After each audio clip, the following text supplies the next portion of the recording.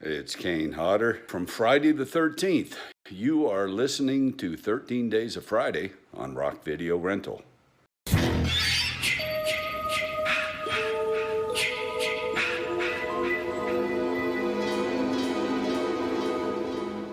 What's up, everybody, and welcome to a very special episode of Rock Video Rental. I am Brandon, and with me is Caleb. I say very special because this is going to be a kind of cutback, no frills, straightforward episode where we dive right into the Friday the 13th series, and we're starting off with the first movie. Um, no mini segments. We're just going to discuss the movie, some interesting stuff with it, some trivia, give it a grade, and we'll move on. So, Caleb, if you're ready, I am ready. I'm ready. Let's do it. Okay, so we start with the classic Friday the 13th. It is from 1980 and is directed by Sean S. Cunningham. The cast is Adrienne King as Alice, Betsy Palmer as Mrs. Voorhees, uh, Janine Taylor as Marcy, Robbie Morgan as Annie, and Kevin Bacon as Jack. And this is like the first movie I think Kevin Bacon is in. So, Oh, really? The very first uh, one. Interesting. yeah, it's at least one of the first ones. So I figured just Okay. make note of that. A lot of actors from this time got their start in slasher movies, so he is Yeah. part of that long list. The plot is a group of camp counselors are stalked and murdered by an unknown assailant while trying to reopen a summer camp where, years before, it was the site of a child's drowning and a grisly double murder. Um, you know, Obviously everybody recognizes the name of the movie. It was the first one to start the big franchise. Man, if you count the remake and everything, I think there's 12. And if you count Freddy versus Jason, there's 12 of these movies. So we're going to have our hands full. We're going to at least review all of them that we can get our hands on. I Yeah. own all of them. Caleb does not. So trying to find them online streaming is going to be the thing. Yeah. We'll see what we can do. Yeah. So, I've seen this movie, man, so many times. Catch it on TV, DVD, streaming platforms. Was this the first time you've seen this? Yes. So for context, this is my third Friday the 13th movie. The very first one I saw was Jason X, so I started with the best one first. And then I went to the second best one, which was Jason Takes Manhattan. Oh man, yeah, those are two at the bottom. Usually So there with them is Jason Goes to Hell. I'm not sure if we're gonna get to that one because I can't find it streaming anywhere.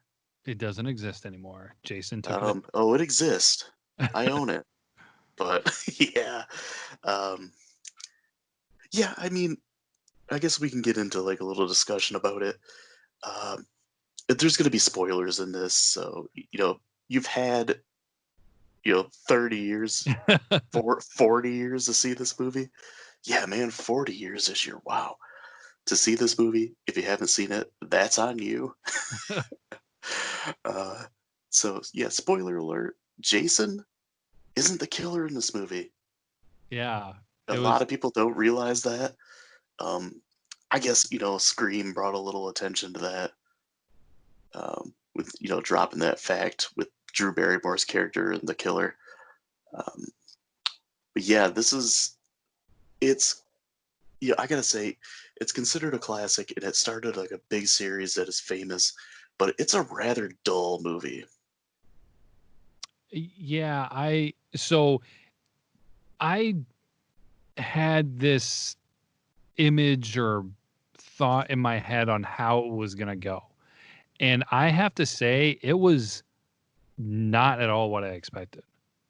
Yeah, So I was going in and just like, so I've played the Friday the 13th video game, which I mean, for whatever context, I mean, it doesn't tell you a whole lot. But first of all, kudos to that game because wow, they really nailed copying that uh level of the cabins and everything. That was I was yeah, watching the the movie and I Camp was just like, Crystal Lake level. Yeah, I was just like, oh, I know that. I know that. I know that. I've never seen this movie, but I know all this stuff because they copied it so well. You'll see that through the whole like franchise when we get into these. We talked about Friday the 13th, the game before. Like I told you that the level layout was just amazing. Like the Mhm. guys that made the game studied the movies, like watched them numerous times to figure out like distance to like draw out a map of where everything's at. Yeah, that's awesome. Um, and usually with these movies, I will do like trivia and stuff. I'm just gonna kind of throw it in with the general conversation Okay. here. So basically, it's really no secret that this movie exists because of Halloween. Halloween was so successful um, that Sean S. Cunningham, saw it and he's like, "This is a great movie. I can do something like this." And he had the title Friday the 13th and pitched it to Paramount, who ended up buying it before he even had a script. Nice. He just thought Friday the 13th would be a great name for a horror movie, and he was right. Um, Oh yeah. and he ended up just coming off with the idea. Um, it was shot in New Jersey at Camp No Bosco, which is still in operation. And they actually have like a building that has like a wall with a whole bunch of like stuff from the movies, like Nice. props and everything like that, pictures and all that kind of stuff. So if you're a huge fan of this, you can go to that camp and check everything out. Everything's basically the same as it was before. Um, Well, one there's thing. Oh, hmm? go ahead. Go ahead. Oh, so the like I said, everything was basically there. The only thing that the crew had to build was a bathroom set. Oh, interesting. So the Yeah, set bathroom like for the movie this movie? yeah, for the first movie, they had to build like a bathroom set to use for like Okay. some of the kills and like the scenes like where they're in the bathroom building. Okay. Yeah, that Interesting. that was something that they built that wasn't there on the premises. What were you gonna say? I was just gonna say, kind of like before getting too far, like my general thought behind this was, and I don't know if this was just influenced by some of the other horror kind of movies I've watched. I thought it was going to be more of they get there and then people start dying and everybody knows about it and they start freaking out and trying to like survive. Hmm. But the fact that I was really surprised by the fact that the movie, they had the killer slowly killing people off. And it wasn't until the final two people that they realized something was wrong. And then it was really essentially the last person who was just like, okay, there is an actual literal killer here. Hmm. And she was the only one that was essentially trying to run for her life. Yeah, yeah. Everybody gets kind of split up. People get picked off one by one. So the killer is more methodical than Jason was, I guess, Mhm. later in the series. Um, and I mean, I, I guess it kind of had to be that way. I don't know, like this genre is, the slasher movie was kind of set up a lot of times to have like a mystery killer where you Mhm. don't know who it is until the end. A lot of times it's pretty obvious. Like this movie, no one could have saw this coming because no one even knew that Mrs. Voorhees existed until the end of the movie. Yeah, and they also essentially created it where they wanted you to think that it was who's man, what was the main guy's name or the camp guy's name? Christie, Steve Christie, Yeah, because the when Mrs. Voorhees picked up, what was her name? Al? No, it wasn't Alice. Who did she pick up with the the Jeep? girl at the beginning. Yeah. I Um, can't remember her name, but she picked yeah, up. see, this is one of those movies where like the names really don't matter. Like you can picture what the girl looks like. Was it Yeah, was it Annie? maybe it was Annie. It was the girl I at the don't remember. beginning who was the first character. Because this is the thing too Yeah, that Annie. it tricked me. She was the first one to show up, and usually when in horror movies when they have the first person show up, it's like the main character and the one that's going to survive. And then she Yeah. wanted to be in the first one killed. Yeah, and I she was was like, like what? super likable and, kind of cute, and she just had like a lot of lines of dialogue and everything. Yeah. So that it was like the first time I saw this, I'm like, wow, I didn't expect her to die already. And it was like super quick into the movie. Yeah. And the thing that I was going to say about that, though, is when Mrs. Voorhees, at the time, you didn't know it was her, picked her up in the Jeep looked similar to the one that Steve Christie was driving.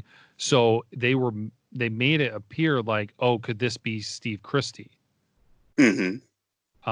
So, but yeah, I mean, no, very interesting how they did that whole progression and everything. And I was not ready for how they put it together. So that was a pleasant surprise. Yeah, and I mean, this movie really inspired like a whole bunch of movies that followed it, not only with like the location of a summer camp, but with like the mystery killer kind of deal. Um, it was kind of done a little bit better in uh, some of the movies that followed this. Um, to like introduce the killer first, but then slowly have you think it's somebody else. The red herrings Mm-hmm. leading you other ways. Um, but yeah, no, just this movie made a ton of money. And it was just, like I said, it was piggybacking off the success of Halloween. And let me get the numbers here for this.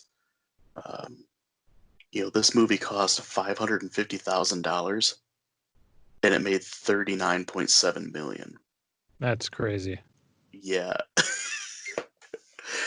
uh, so, obviously, with that crazy success came the sequels, and then it just kept coming and coming and coming almost every single year in the 80s. Yeah. And, like I said, this is considered a classic, but to me, it's a little slow and kind of dull at times. And there's scenes like where Alice, the quote unquote final girl, is making a pot of coffee and they show like all the steps that go into it. Yeah. Yep. I thought that stuck out to me too. Like, okay, okay, we're gonna watch her. Yep, we're still watching her make coffee. Oh, and nothing happens. Okay. And there's some other scenes that kind of stick out to me too. Um, I don't know if you noticed this or kind of picked up on it. The scene where there's a snake in a cabin, Mm-hmm. and that was a real snake that they killed. Like, Yeah. to chop the snake in half with a machete, and that was a real snake. Yep. Like, that would not fly now. Like, No. PETA and everything would be right on top of that. I thought about that when I watched it. I was just like, oh, nope, wouldn't happen now. Yeah, because really, like, what was the point in killing that snake other than, oh, I'm just gonna kill it. Let's put it on camera. I think of other movies I've seen with real animals really being like mutilated or killed, uh, and there's really not that many. The one that I can really think of is Cannibal Holocaust, Okay. but with that movie, it was actual indigenous people like catching a turtle and killing it so they could eat it. Yeah. So it kind This of made sense the more than only just chopping this poor snake in half. the only reason I think that there was maybe a purpose with it was to say, hey, there's a reason why they have a machete. And it's not to cut your brother in half, No. like Walk Hard, the Dewey Cox story. But yeah, common misconception, like we mentioned earlier, uh, Jason is not in this. Well, Well, kind of not in this, yeah. but we'll get to that. Uh, Actually, I guess the huh? real quick question. So, and I imagine from what you shared just a minute ago that this is the case. So they created Friday the 13th, and it's not like they had a series ready. They just made it, and then they made more after, right? Yeah, Okay, like because this it, movie was made to be like kind of a one-off, but like it did so like incredibly popular that they're like, oh, we got to make sequels, and then it just kept pumping them out and pumping them out. okay, that was my question. All right.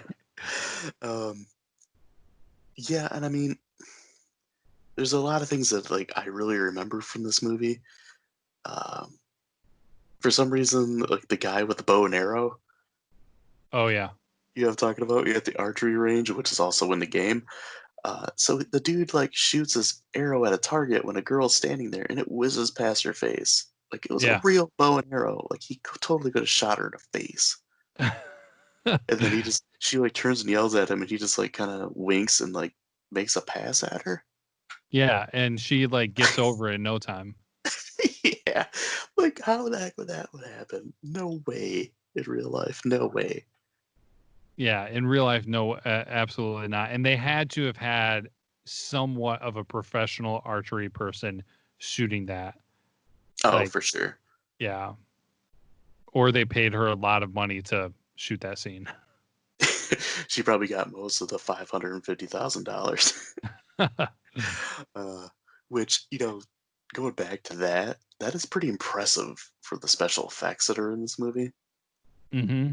because like the kills are pretty top notch, and like the reason for that is that they got Tom Savini to do it. Yeah. And he Uh, was, and you know this better than I do, but he was already well known by this time. he was starting to make a name for himself.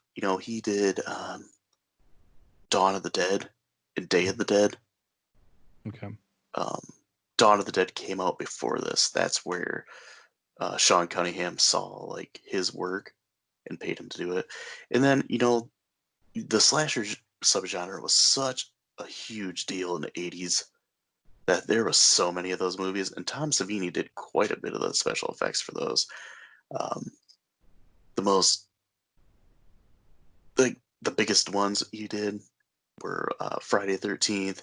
He did Friday the 13th, the final chapter, which is the fourth one. He did Maniac. He did The Prowler, um, The Burning. Another The Burning, which is also another slasher movie that takes place in a summer camp. That one actually had the script before this movie came out.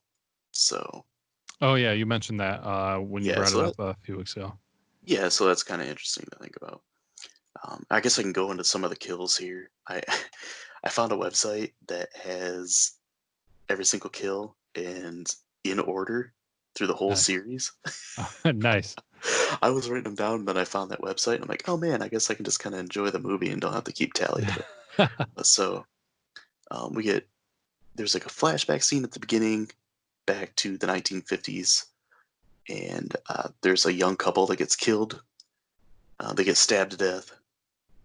Um, so the third kill is what we mentioned, Annie with her throat getting slit. The special effects on that one were pretty good, Yeah. um, pretty creepy actually. So the guy with the bow and arrow that I was talking about, Ned, I just wrote Ned the prankster. He gets his throat slit, and that one's off screen. You just kind of see him laying on the top bunk with his Hmm. throat slit. Um, so we get Marcy. She gets an axe to the face, and that is another one of the memorable scenes that I remember from this movie when I think about it. Yeah. Just the small touch of the axe hitting the light before it hits her gives it like more of a sense of realism. Hmm. I guess hearing that clang against that metal light, that one always stands out to me.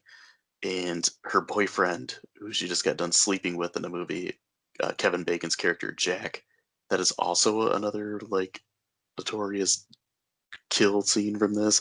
He gets an arrow through the neck. Wait, didn't he die before her, technically? Um, I thought she left and then he died right after. yeah, I think that's how it goes. Mine are a little out of order. I found that website after I wrote my notes. Okay, no, that's no problem. Yeah, because that one surprised me uh when Kevin Bacon died, or Jack. When he died, but more so how he died. I was not expecting that. Yeah, the arrow pushed up through the bed and through his neck. Yeah. Yeah, that the special effect of how they did that one. Like, there's a drawing that Tom Savini did because that was like one of the first ones he thought of. Hmm. Because all the deaths they let him just like decide how the characters were gonna die. Nice. That's cool. Yeah. And like you could see like the later movies that he does, like the more like intense and gory they get.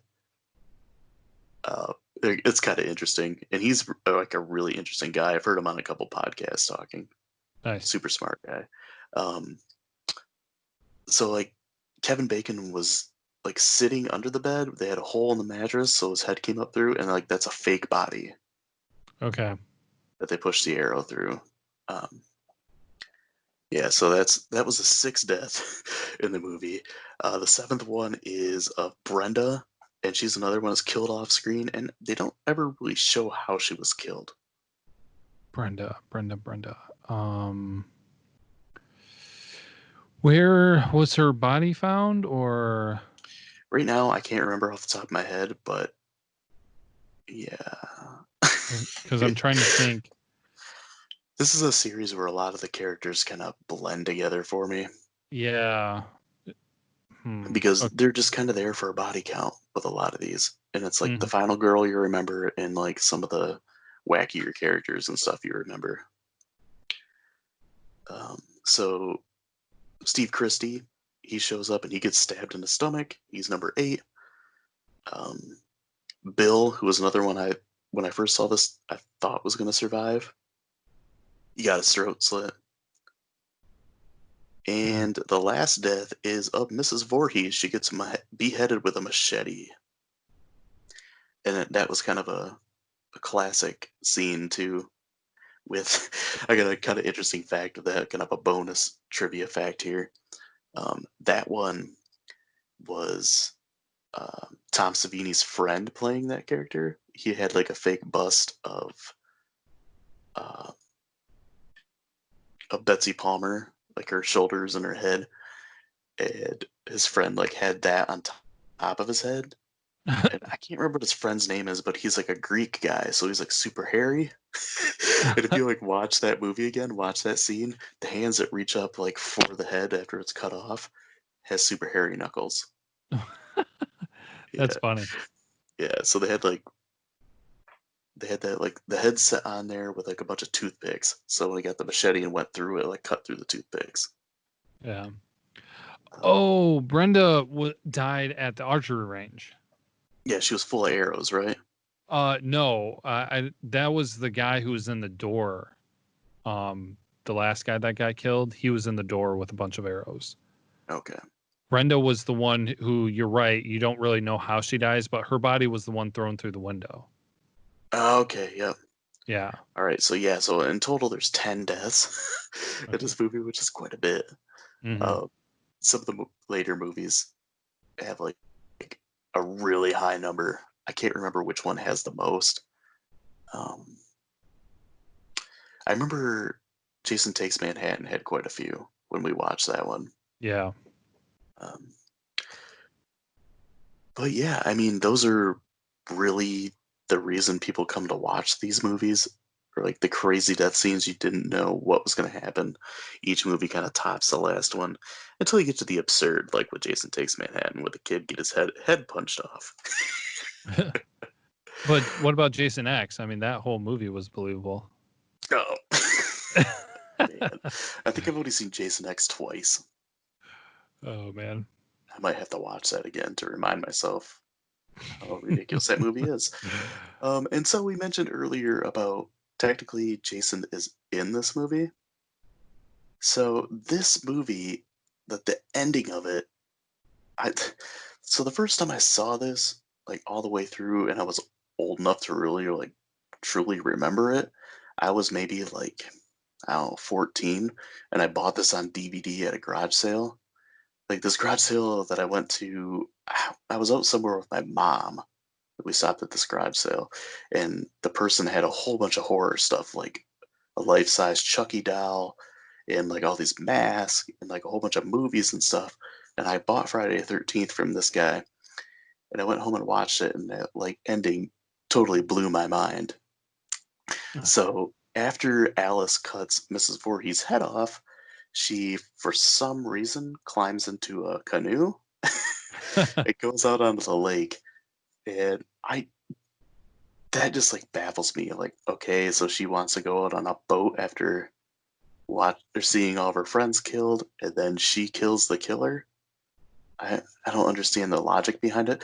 But so she's like floating in this boat, and like morning comes, and like the cops show up, and she like wakes up in this boat, and she's looking over, and kind of just like this peaceful, serene music's playing, and I get like this really nice shot of the lake and like the wilderness and all this kind of stuff, and it's just like, okay, it's finally over, and she can get back on with her life, and the police are here to rescue her.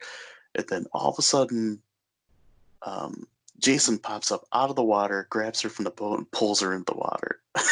Yeah. And like, there's like the crazy music sting, and just like a classic moment at the end. And the first time I saw that, that made me jump, and it like blew my mind. And originally they didn't have that ending, and it was just kind of thrown in just to like get the jump out of the people in the theater.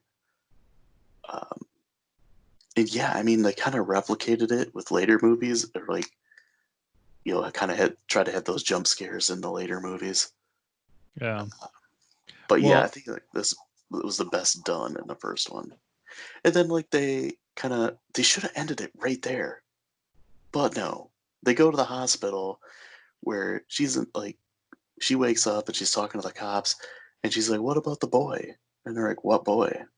It's like, "Jason, the one that like pulled me into the water." And like, "We didn't find any boy." And she says, "Well, then he's still there." And then that's the end of the movie. yeah, that was kind of weak. I actually, when I was watching, I was just like, after, so she knocked out Mrs. Voorhees, or you thought that maybe she killed her, and she went to the beach, and you're like, okay, maybe this is the end. Then she comes back, and then she actually officially kills Mrs. Voorhees, and you're like, Mm. oh, okay, maybe this is the end. Then it goes to the next day. She wakes up, and the cops show up. Oh, okay, maybe this is the end. Then Jason pulls her into the water. You're like, oh, okay, maybe this is the end. And then it goes to the hospital. I was like, oh my gosh, what are they doing? See, they should have ended it right there when Jason pops up out of the water and pulls her in. Imagine if like he pulls her in and the screen just goes black. Yeah, no, I agree. That would have been better. Yeah. Now, here's something interesting that I want to say, and I do not believe at all that this is what they intended. But if Yeah. they had written it out and put the thought process in, how about this for food for thought? And I'm gonna be really interested if you've ever had this thought or ever heard this conversation before. What if the real killer in this movie was actually Jason? Now, hold on. What if he, since Jason is real in the future ones and everything, Mhm. what if he somehow was controlling his mom and killing people? Interesting, because we didn't talk about how Mrs. Voorhees obviously is like a schizophrenic or has like multiple personalities, Yeah. because she was like talking to herself with Jason's voice What if that and was having a Jason conversation. talking to her through her? Yeah, that's really interesting to think about. I And don't, yeah, I don't when I think watched, that's like I real. mentioned, I watched this when I was like 14 for the first time all the way through. I Yeah. saw bits and pieces when I was maybe a little bit younger, but that was like really the only part of this movie that kind of creeped me out a little bit, just because I know that like schizophrenia and multiple personalities like are a real thing, Yeah. which is kind of creepy. How people can completely change like their face and how they talk and how they act. Yeah. But yeah, that part really creeped me out. But yeah, I've never really thought about that. I How mean, maybe like Jason was controlling her mind or something like through her. yeah, I mean, since they crossed that realm of, reality and everything, in later movies, and well, and then especially at the end where Jason is like somehow in the water or whatever. But up until when Jason shows up in that last one, they have this whole thing of like, okay, this could really happen. The idea of, as you said, somebody with multi personalities, schizophrenia, it could go crazy, could kill people. Well, then when you start getting into the thing of like the spirit of this boy is alive in the lake and, can reach out and grab you and kill you. And then, Jason coming back in other movies and all that sort of stuff, you're getting further from reality. Hmm. Um, And so what if we go further from reality from the whole thing actually, and it's like, what if they kept that idea where Jason had the ability to control his mom or influence his mom into killing people? Like I said, I know they didn't think that, but now that all of them are out and I've seen some of the other ones and know some of the other things going on, I feel like that's kind of an interesting conversation to have on being like that could almost be a way it could be interpreted now. Yeah. Dude, just wait until we get to the next ones, and then like the whole timeline of Jason is just really, really muddled and confusing. Yeah, well, the fact that Jason comes back as a grown adult, first of all, is like baffling. Yeah. So it's like, did he actually die, in the 50s? Did he actually drown? Or, you know, did he really jump out of the lake and grab Alice? Or was he just like, that was just like something she made up in her head? Yeah. Because at the end they said they couldn't find the boy. And like, was Jason never drowned? And he's just kind of in hiding in the woods, kind of just living off the land. Yeah. I don't know. But It'll be interesting though, for sure. yeah, I mean, we'll get to that with part two and have a little more ideas on that. So, do you want to get into grades? Um, yeah, one thing before we get to Mhm. that, Yeah. the one thing that I got caught up on with this of, I mean, you got enjoy the movie for what it is. There's always some that you can like nitpick with the details. Um, but the fact that somehow Mrs. Voorhees was like strong enough, like one of the kills, she like pinned the guy to the door and had him hanging there with arrows or whatever. Hmm. And then she struggles with a hand-to-hand combat with a girl and has a tough time like lifting and moving things. But somehow she's like super strong enough to throw a body through a window, but then also can't beat up the girl. So I thought that was Right. kind of funny to pick up on. Yeah. I never really thought about that, I guess, but that is kind of funny to think about. Sorry to ruin it Man. for you. No, it's cool. No, like I accept that these are not perfect movies, Oh yeah, but and it and doesn't I mean they're not entertaining. for sure. So grades, like always, I pulled from the three different. I went two different platforms with this one. I didn't even bother like pulling from Amazon for these because I found like most of Amazon's ratings are the same. We kept having like 4.7s Hmm. on everything. So I'm like, I'm not even gonna pull that. So IMDb, you have a guess of what it is? I actually had IMDb pulled up for while we were talking, so I kind of Mhm. already got ruined. I accidentally saw it. My bad. Okay, yeah, it's a 6.5, which I Oh. feel like is a fairly fair score for this. Hmm. So Rotten Tomatoes, there is both a critic and an audience score. What do you think the critic one is? Oh man, that's tough because I don't know if we've done scores for horror movies before, so I don't know how Rotten Tomato critics appreciate horror movies. So I'm gonna go with 54%. You're pretty close. It's a 62. Okay. And I mean, the audience score is right around there. What do you think that one is? If you hadn't told me that, I probably would have guessed like a 70 for the audience. No, it's actually lower than a critic. It's a 60%, Wow. which Okay. I was surprised at. Yeah. And then last, what do you give this? What do you rate this out of 5? Man, this is tough. So I normally try to keep it to you know, straight up 1, 2, 3, 4, 5, or maybe 4.5, 3.5, and so on. Hmm. I think I'm gonna go with 3.5 rock. That's hilarious because that's exactly what I picked. Nice, nice. Like I So said, it's a classic. If this movie wasn't around, a lot of the slasher movies wouldn't be. And I'm a huge fan of 80s slasher movies, so I have to appreciate this. And like the series in general. So, like I said, it's a classic. it's a little slow. It's kind of dull. The end scenes, like with the final like fight between Mrs. Voorhees and Alice, like that's entertaining, and I feel like that's a little more gripping. But a lot of the stuff before that is kind of tedious and dull. Yeah, I thought it was. I knew it was a classic. I'm not the biggest horror movie guy myself, but I thought it was well done. I did recognize that was kind of slow, but at the same time, they still had stuff going on. Like Hmm. they, especially from the fact that they had that kill so early on, I was like, oh, okay, I mean, this is this is good. They've got some stuff mixed in here so that you're not bored the whole time as they're trying to develop the story. And I wanted to kind of bring a perspective of just the movie overall. Like if I was doing this as a horror movie, like okay, let's rate this along with other horror movies, I would probably just gone straight to a 4 out of 5. Hmm. But also, I didn't want to dip down to just giving it a 3 out of 5 from a general movie standpoint. I feel like it deserved a little bit more, so I landed at 3.5.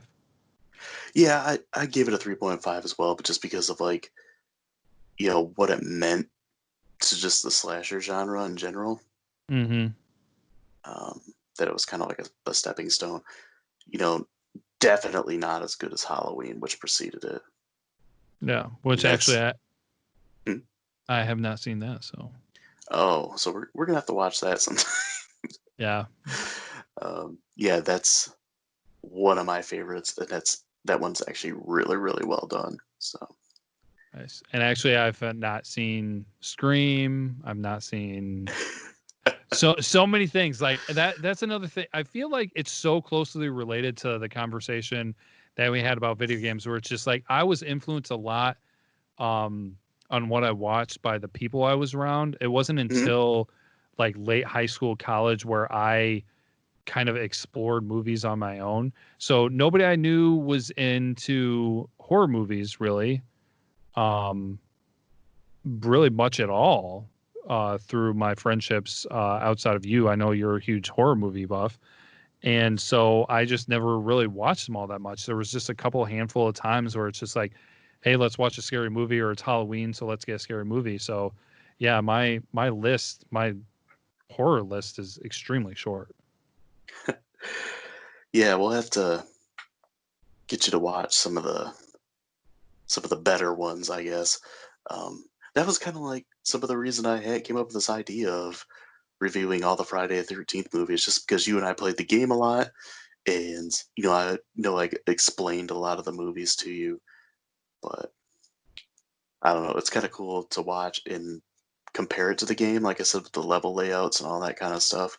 Hmm. And they're like I said that at the time of us recording this, they're all on Amazon Prime. Yeah. So, it was really never like a better time to start doing this. But Yeah. Hmm. yeah, so I mean, that's pretty much how these episodes are going to be like, straight to the point. We're just going to talk about the movies, and we're going to give like our grades at the end and move on to the next one. So, yeah, the next episode we will be talking about Friday the 13th Part 2. Um, yeah, this is like the first one where Jason is the killer. So, until next time, be kind, rewind.